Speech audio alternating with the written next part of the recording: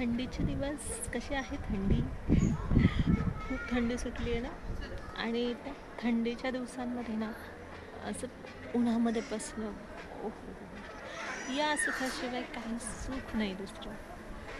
छान वाटतं असं वेळ काढून उन्हात बसायला. असं थोडा थोडा हवेत गारवा, त्यावर वरून ऊन.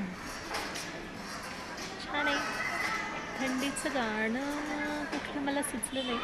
म्हणून मग म्हटलं चला असंच बोलूया तुमच्याशी. गुलाबी थंडी म्हणतात तीच असेल आणि अजूनही 10 अंशापर्यंतच तापमान वाढत जाणार आहे.